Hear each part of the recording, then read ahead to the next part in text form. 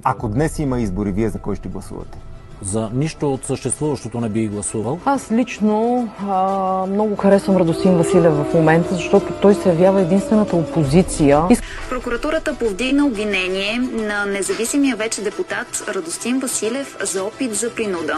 Харесвам Радостин Василев в момента. Искам да видя и това ново движение Президент? на Васил Бошков. С много полиция и с много журналисти след 3 години и половина отсъствие.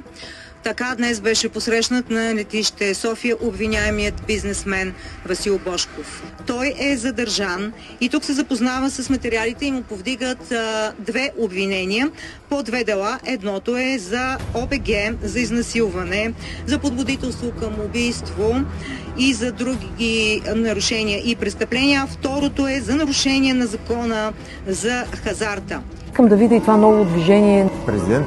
на Васил Бошков. Бойко Рашков добър или лош герой? За мен е добър. Един от най-добрите герои. Това Кирил Петков. Каза с глобка, за мен това е ОПГ. Организирана престъпна група. Продължаваме промяната, за които аз лично агитирах безброй хора. Те грозно ни излъгаха.